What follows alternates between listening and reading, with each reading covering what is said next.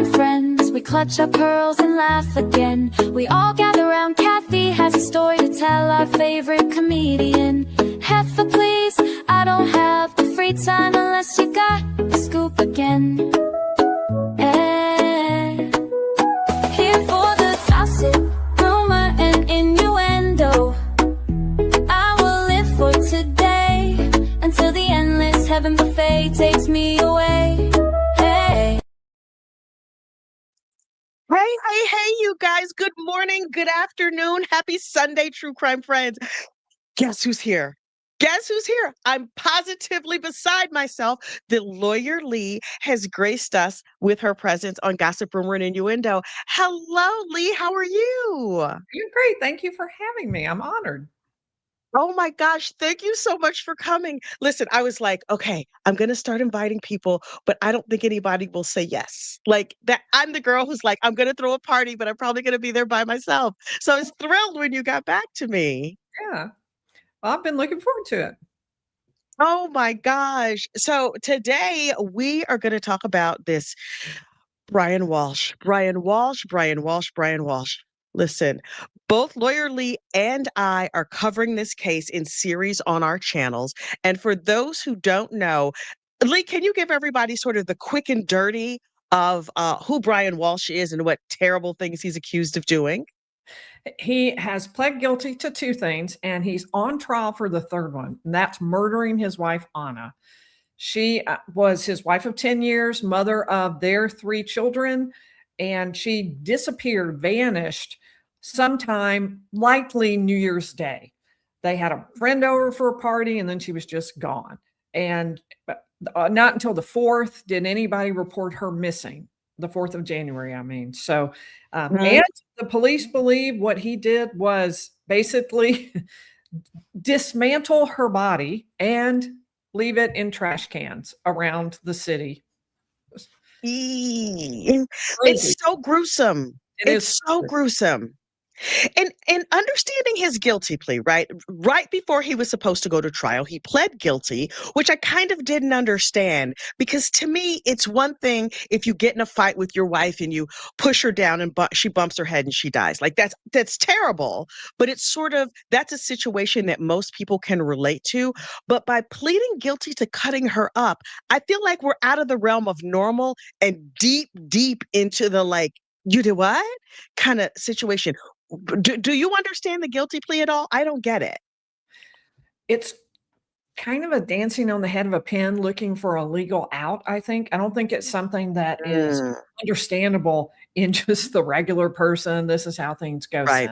Because I think it is hard to reconcile those two. But what he pled guilty to was to removing or conveying away a human body or the remains thereof. It's part of the statute that makes it so you can't disinter, which normally means dig up a body. Right. It also includes removing or conveying. So they're saying he did something with her body. Now, technically, he hasn't pled to any details on that yet, but we have enough evidence that I think he has to testify, and I don't see how he gets out of revealing those. It's so weird. I mean, the whole thing, first of all, is just so gruesome to me. But also, it's if I'm understanding it correctly, Anna was a small person. I mean, she wasn't like technically a little person medically, or however you say that. But she was like, what, 5'2", 115 pounds or something like that. She was teensy. And so in some ways I was like, okay, first of all, thank God I'm a fat girl. Because you couldn't just like I mean, you could probably cut me up, although I don't want to think about it, but it would take a little bit more work. So I'm grateful for that. And you'd have to like some real heft to lift it. But I don't know how you get to the place of my wife has passed away and I'm going to disassemble her and put her in pieces. Like the whole thing is weird. It's just plain weird to me. They've taken the stance, from opening statement, his attorney came forward and said, all that's happened here is she died suddenly, sudden death. That's what happened. Out of the blue, not unhealthy, young woman, worked out that very day. And suddenly she died overnight in her sleep. He went down to clean the kitchen, bam, she's gone. And when he says that or I think he will say, we don't know this, all the details yet, but I think he's going to say he Right. panicked because he was under, he had already pled guilty to a federal charge for art fraud, and Right. he thought it was going to mean he had to go to prison for that. And he was afraid no one would believe him. So he thought, I'll get rid of the evidence. None of which makes any sense. I mean, people are going to notice your wife is gone, But I think that's what he'll say. I think he kind of felt like if he could have sold that she ran off with another man or she disappeared or she's something like that, that he would not have to go to prison on the art fraud case because he was clearly, they were saying he's going to do, I guess he hadn't been sentenced at the time that she disappeared. He was waiting to find out what his sentence was going to be, but he was not on pre-sentencing confinement because he was the primary caregiver for the children. Which, okay, that's all well and good. But based on some of the things that when Anna's lover, William Fastow, based on some of the things he said, it sounded like they assumed he was going to get like home detention for a period of time or something like that. I don't know how much you know about sort of like art fraud cases, but is it common that people wouldn't go to jail for something like that? Well, the prosecution was pushing for 37 months, I think it was, in prison. So it had not been, he hadn't won that issue yet. He was just trying to Right. win that issue. And maybe they were just exceptionally optimistic people because I don't think it necessarily would have been the case. The prosecution wanted restitution of over Right. $400,000 and 37 months in prison. And he obviously wanted, home arrest, wear a bracelet, only go to the stores he wished to go to, and Sir. yeah. But they talked about him buying sports memorabilia. There was a comment about him buying sports memorabilia on Anna's cards. It made me for a new business he was going to start, which made me think he was going to start forging baseball cards or Ooh, sports balls or whatever. Have we learned more about that? I hadn't heard more about the sports memorabilia thing. I haven't either, although at the time I thought I would be so mad if he's like, "Oh, yeah, just suddenly decided I'm opening a brand new business. I'm gonna spend all this money on sports memorabilia cards. Don't worry, I'll make it all back." But actually, I mean, you're right. He could run the same fraud he ran with the art with baseball cards. Absolutely could, saying, "I'm selling you this famous, Right. well-known card for a huge amount, but really all you're gonna get is some fake card." Signed by him, undoubtedly. I've heard I've heard some other attorneys say that that's like that fake sports memorabilia is big business. We're not a sports ball family at all. So I don't know like anything about baseball cards or anything like that. But it was interesting to me. If I'm out working a million hours a week and my husband's at home charging up baseball cards or whatever it was on my credit card, I would be so mad. I would be incandescent with rage. There's no way. Me There's no too. way. That's how I would feel exactly. I wonder if she was aware of the fact that she had married an idiot because she talked to her lover about like, I want people to see Brian the way I see Brian. But I for the life of me, I can't understand what she saw in him. Like he doesn't seem that charming. He's not, sort of rich and good looking and worldly. I don't get it. I don't get it. I've been wondering how the testimony will go because he doesn't look like the kind of person, just like you say, who is going to snow the jury and just come out there. Oh, Right. I just loved her so much. She died suddenly. And they're going to be like, oh, every word he says is so true. It doesn't look like that. When you see him sitting there so impassively, you don't think that. And I've wondered, is this charm going to show through that we just haven't seen because we haven't really heard from him yet? And is he a sociopath who thinks he's charming, right? There's like Chad Daybell. If you think about Chad Daybell, he was like, well, I have, the spirit of God or whatever. Like he sort of thought he had all these powers. I can't imagine that Brian Walsh thinks he's so charming that people are going to be like, oh, him. It's so wonderful. Like, dude, not you, not you. I think the plea deal was more of a Hail Mary than an optimistic thing. I think they thought we got nothing else. We'll just try this and see if it works. What are your thoughts on the idea that the defense attorney got up and the first thing he said was Brian Walsh lied to the police? I was like, wait, what? I have never heard an opening statement begin like that before. That was crazy. And I'll tell you why. It's not just that it's shocking and that it undermines what you normally want the jury to believe. It's also that you're trying to build up credibility. The only person in the entire world who can tell the jury that she died suddenly is Brian Walsh, because her body isn't around. Nobody has looked at it in an autopsy or any other way. So the jury has to believe Brian Walsh about that. And if he's a liar and you've been told that from the beginning by his own attorney, okay, well, what exactly is going to make people suddenly believe him? I think that his lawyer is out here doing the Lord's work, or possibly the devil's. But I don't.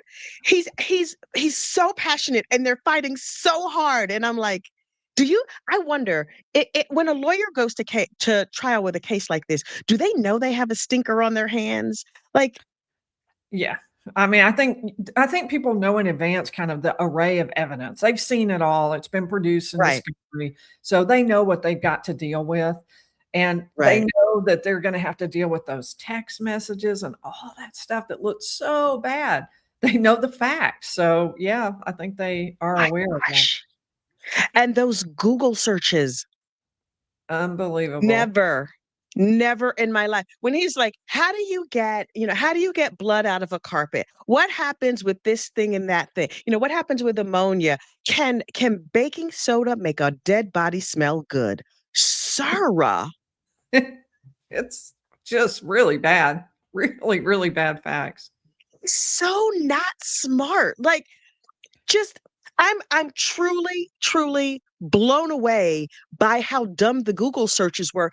And I feel like this sort of sudden unexplained death. I mean, I call it SUDS, but that's probably not what medical professionals call sudden unexplained death or whatever. He never Googles it. Like heart failure, high blood pressure, sudden death in a healthy person.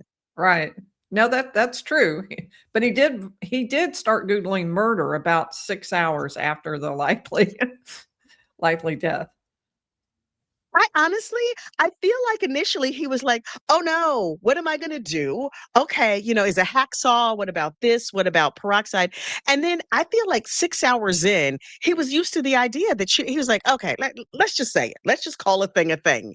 Let's just use the dirty M word. Like, Sarah, do you think he'll take the stand?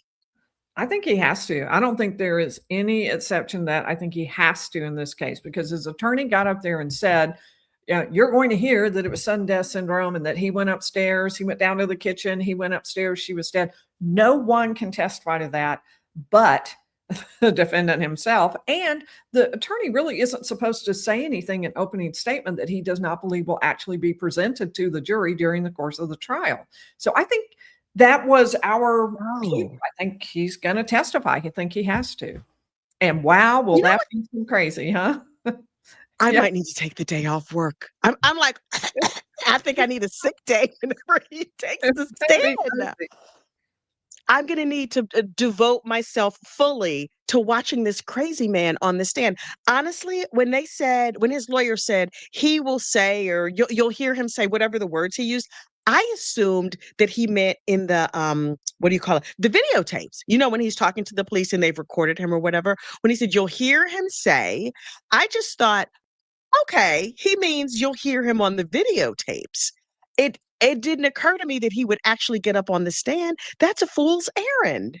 It's going to be exciting. But see, on those tapes, he never said his wife suddenly died. Right. Oh.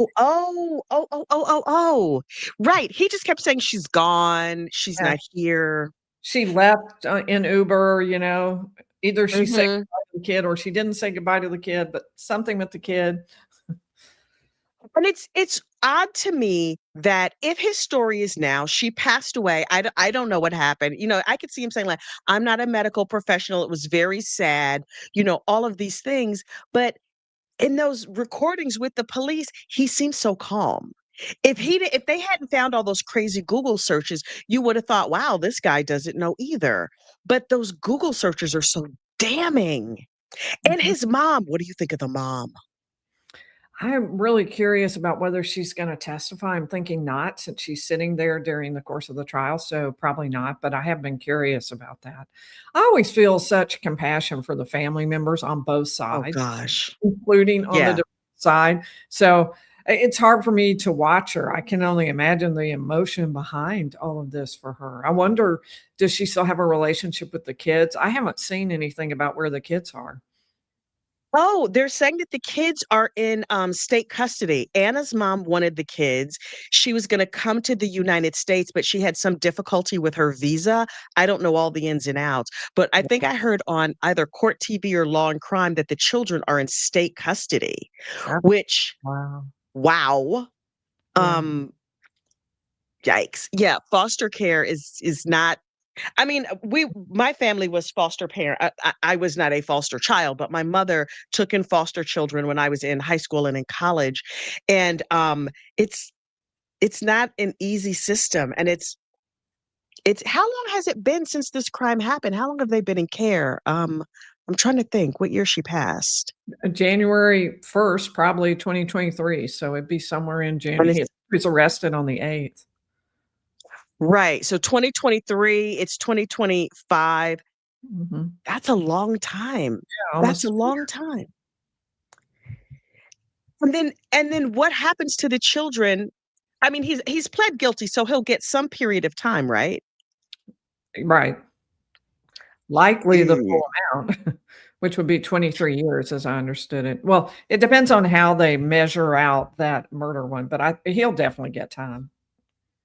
So I don't know what happens to kids in that case. I mean, his mother doesn't seem like the kind of grandma who's just gonna be like, "Oh, yeah, kids, you can come and live at my house," even if she hired 12 nannies or whatever. Um, I don't know. I don't have any idea on that. yikes. See, if the kids were 2, what were they? 2, 5, and 7? So now they're like what, 5, 8, and 9 or something. They're a lot older now. They Yikes. were all little at the time, very little. I don't remember exact years. And I remember the youngest one was 2 because she said she had been going back and forth for like 9 months, 10 months. And I Mm, remember thinking to myself, when your child is that young, it's so hard to leave. People struggle with leaving their kid to, go to daycare or go to the babysitter yeah, or whatever. it is To have hard. your idiot husband watching them. And what do you think is the significance of the hole in the ceiling? Oh yeah, chat saying they were 2, 4, and 5. Okay. Yeah. So what do you think is the significance of the hole in the ceiling in the bedroom? I think that there's no significance to it, and the reason I think that you said something interesting in one of your recent things, we can talk about that, but in an initial argument before they got started, the defense said, "Judge, you shouldn't let him talk about this hole in the ceiling because it's irrelevant, and everybody Right. agrees it has nothing to do with this." And the state got up and argued, "Well, it shows we were real careful and we investigated everything thoroughly, and so we should be allowed to put it in." And so I to me, I'm with team Brian Walsh on that one. If it's not relevant, they sure have talked. They've had 2 witnesses who have talked about it. Now, you mentioned that one of them was the construction guy, and part of the point Yeah. might have been which number called the construction guy. So that may be No. that came in. But as far as the fact that he wanted it and the landlord who came in and said, "Well, yeah, maybe he should have paid for it," I think that's kind of irrelevant. If they aren't contending that hole in the ceiling had anything to do with the death of Anna Walsh, then it does seem kind of irrelevant. The whole thing was strange. I forgot that. Yeah, right. The phone numbers, because he was using his son's phone or something, and there was a text message or whatever that said, "Hey, hi, it's me, Brian," or something like that. And he was calling from that phone that was clearly his child's phone. Mhm. And where do you think he did the wet works? Because in my mind, he did it in the living room. Because there was, they were showing that living room rug, but I was like, where were the children when all this was going down? I've wondered about where he did dismemberment that I think he has to acknowledge that he did. And apparently Yeah.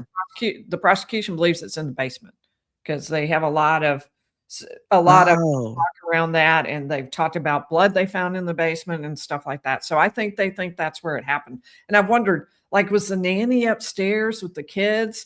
Like, how did this happen? Did he lock the door and say, "Don't come down, kids? I'm taking mom right. apart." I mean, what exactly happened here? And I'm like, how long?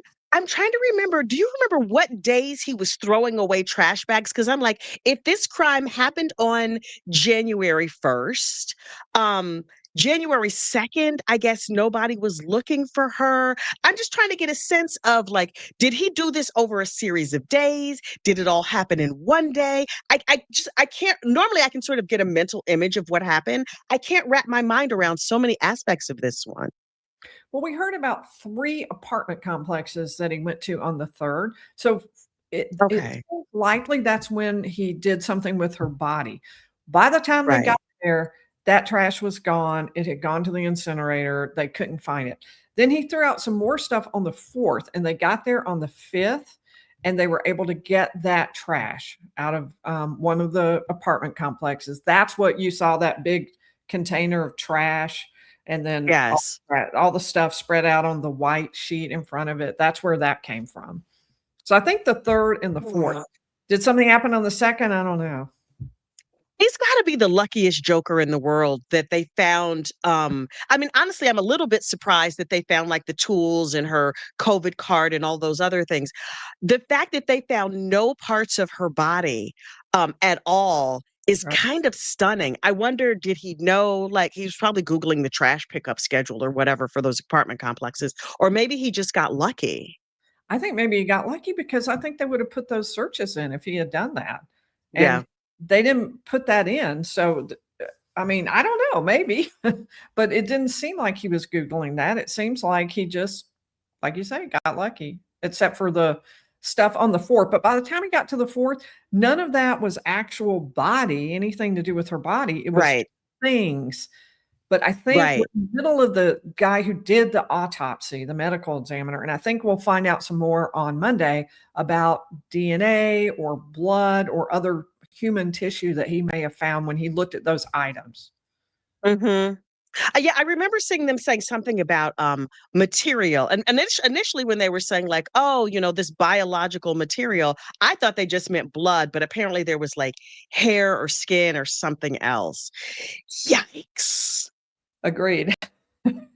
Fully Everything agreed. about this is so gruesome. It's so gruesome. Oh, there's a couple of questions on here that I grabbed. Let's see.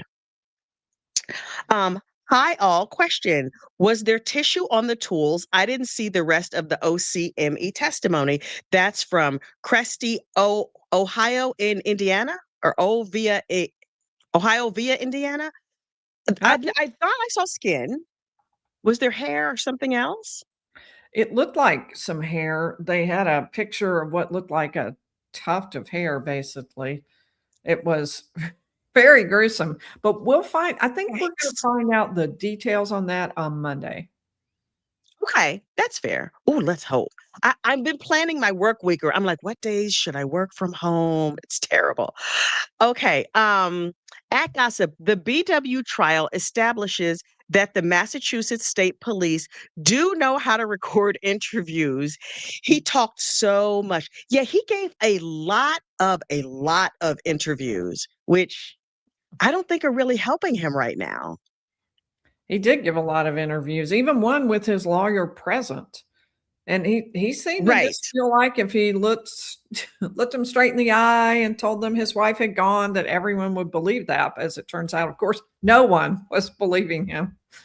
Like, sir, no, no, no, no, no, no, no, no, no. Would Brian Walsh be better off with lesser included charges being added or trying to get an acquittal um on M1? Ooh, what do you think?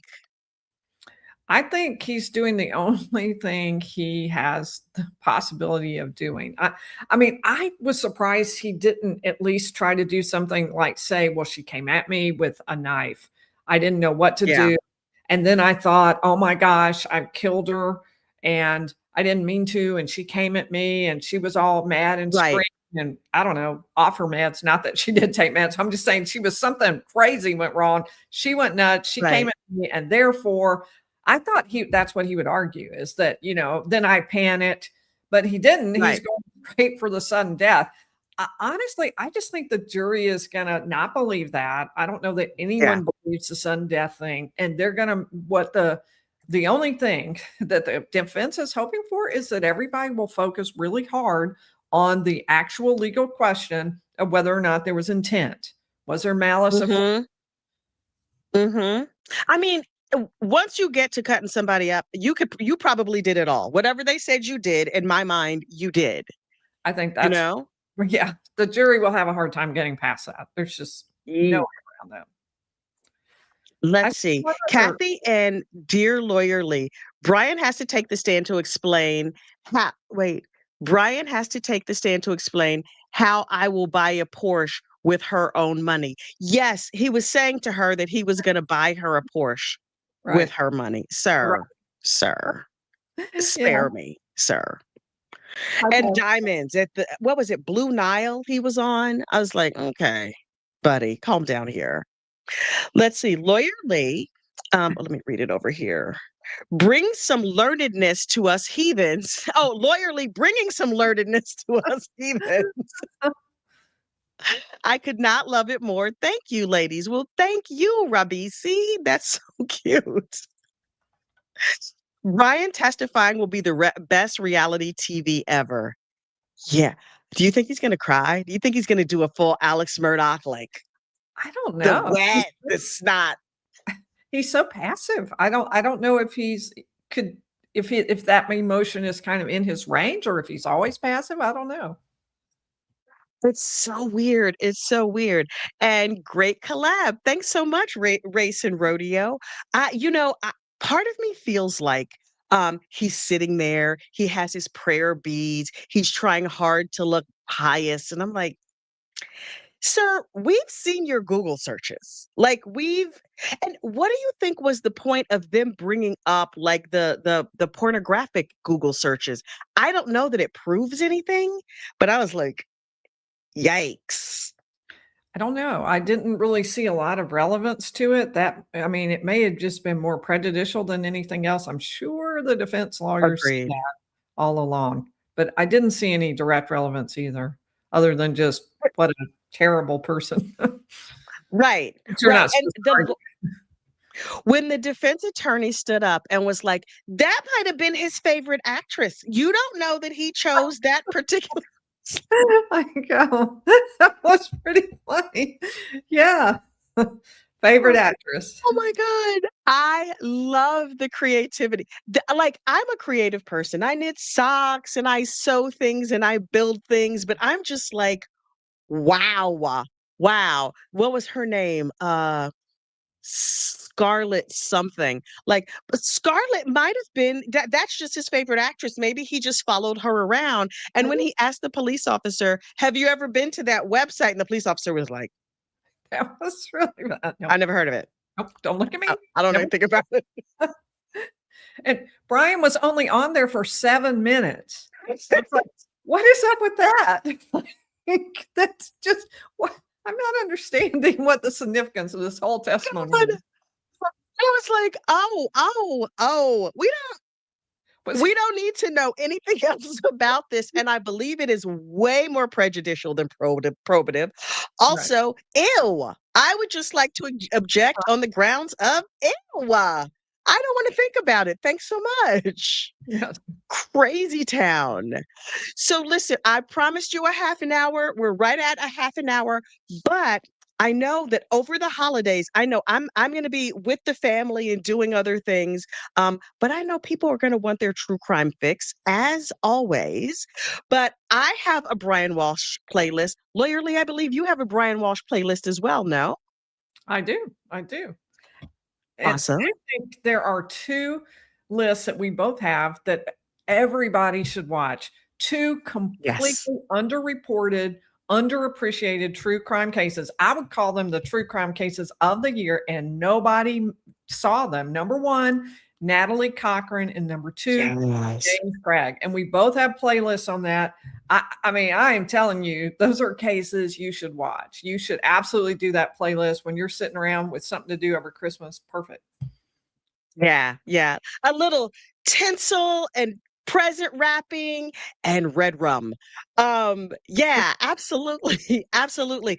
Natalie Cochran unfortunately unalived her husband. I was going to say allegedly, but she committed 2 crimes of financial crime, similar actually to this case. She had a federal crime that she was going to prison for, or was arrested for federal fraud, financial, like a Ponzi scheme situation. And then she poisoned her husband with what did she poison her husband with?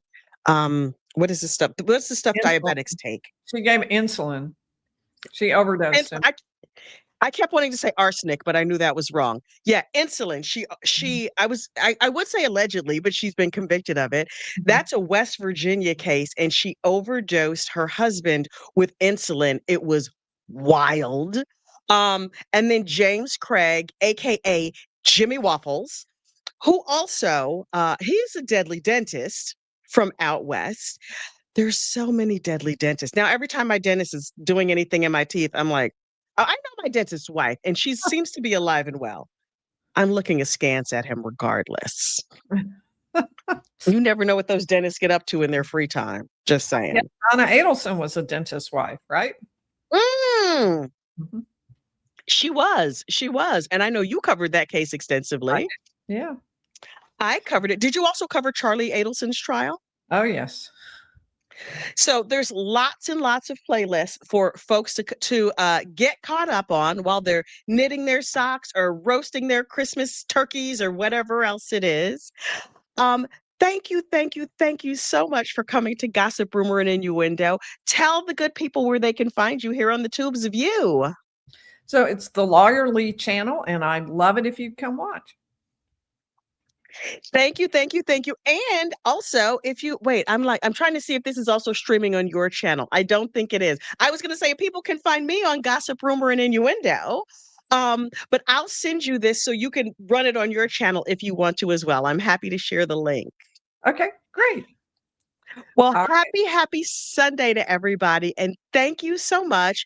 I'm going to hang on for a second, Lee. I'm going to play the outro.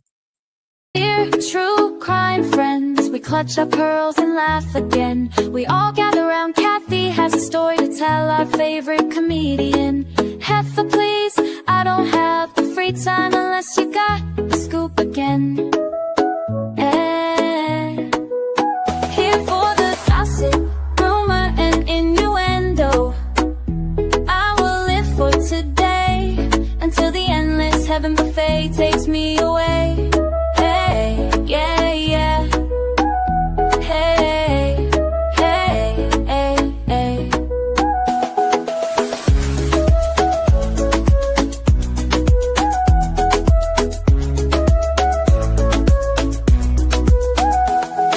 The world is filled with chaos muppets that like people to kick the bucket from Idaho, Iowa, and everywhere in between. Heifer, please, boncation in the first degree. Heifer, please, come solve the case with me. Here for the gossip, rumor, and innuendo. I will live for today until the endless heaven buffet takes me away. Yeah. Come here, not Spike. Come here, bye, not Spike.